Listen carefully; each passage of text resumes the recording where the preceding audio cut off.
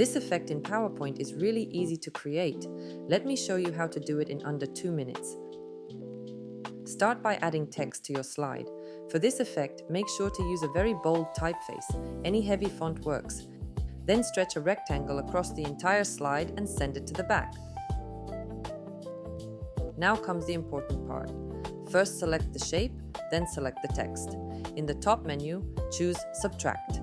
This turns your text into a transparent cutout inside the rectangle. Recolor the rectangle white and remove its outline. Next, add an image. I usually take one from unsplash.com.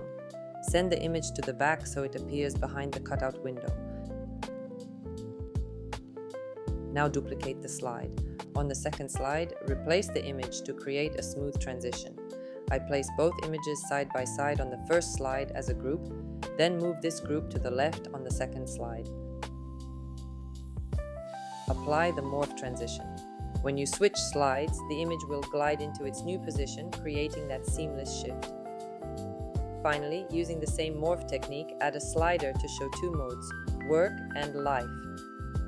Align them to keep everything at the same height. On the second slide, move the toggle and recolor it for contrast to make the switch more noticeable. And that's it.